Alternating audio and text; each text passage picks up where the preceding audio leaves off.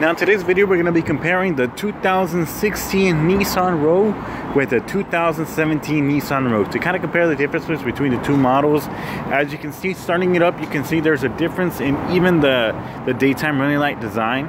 So while on the 2016 it's skinnier and longer, on the 2017 the design seems to be a little bit fatter, not stretch out as much, but it kind of wraps around the headlight a little bit differently, see.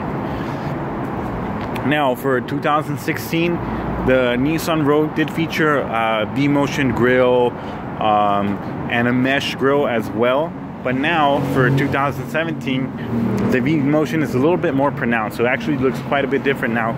If these models had fog lights, you can kind of observe even more so the change. While in the 2016 you had a circular fog light, on 2017 you now have a squared fog light that would actually fit into that little bracket there that's missing. But aside from that, as you can really observe, the V-Motion travels throughout the hood. So this bulge that comes out of the V, you can see how the lines kind of travel and extend throughout the hood. Now that is true also for the 2016 if we take a look at it here. But as you can see, it's not as pronounced. It's not the same.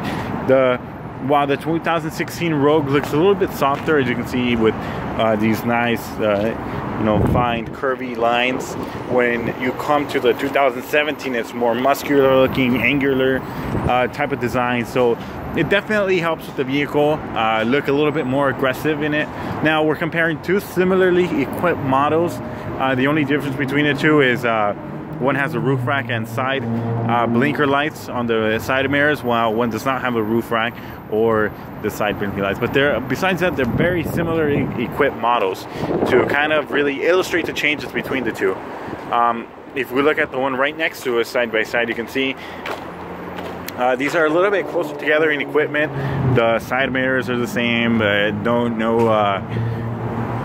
no roof rack.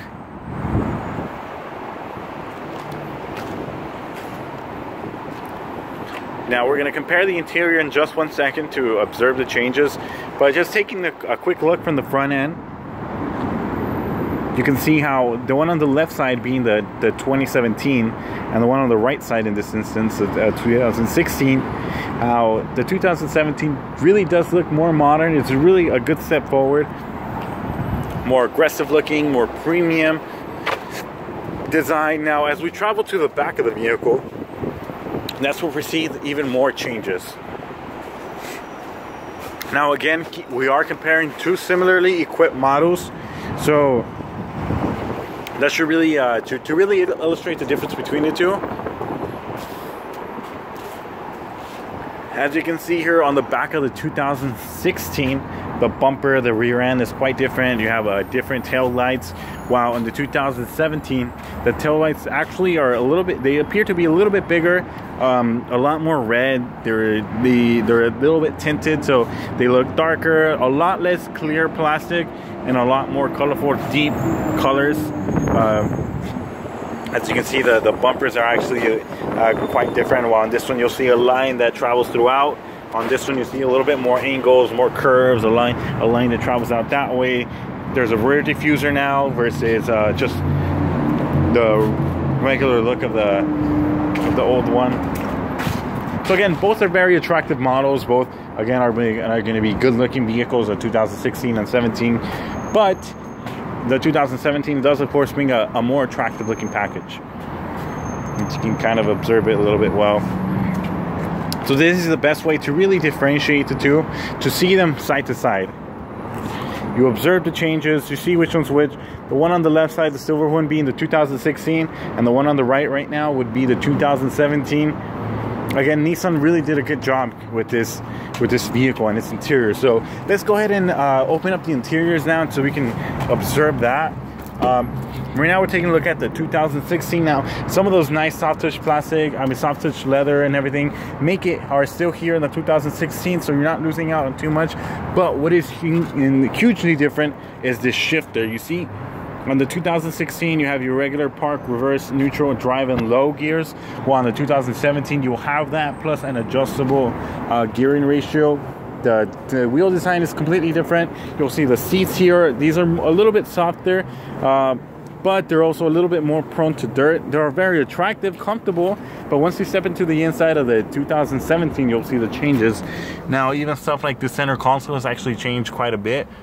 You'll see the addition of Nissan Connect apps, while on the 2017, there's only going to be an iPod menu because the Nissan Connect apps has been removed for that model year. But then some of the other things remain the same, as the 2017 is a refresh, but not a complete brand new model. So it's not going to be completely different from what you see here, but you will notice a change. That is for sure. So that's a brief rundown. So let's just take a really good look. We're going to slowly compare the 2017 as we move in. Again, you're going to watch out for the steering wheel, pay attention to the seats, the design, the materials that they use, the center console here, the cup holders. The radio display is actually going to be a little bit different, like I said, with the subtraction of Nissan Connect apps. But so that's been your look at the 2016. Let's go ahead and move on to the 2017. Now, as you see here, this design has actually changed quite a bit.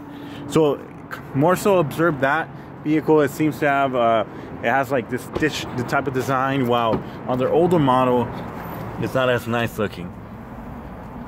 You see, it's still attractive, but once you really compare it to the 2017, you really appreciate the change in this new model. Now, like I mentioned, the design is actually drastically different. The materials that they use is different. Moving on to the interior, like I mentioned, this shift knob, it's a lot more attractive here. You have leather wrapped right here, so it makes you feel like you're in a more premium vehicle.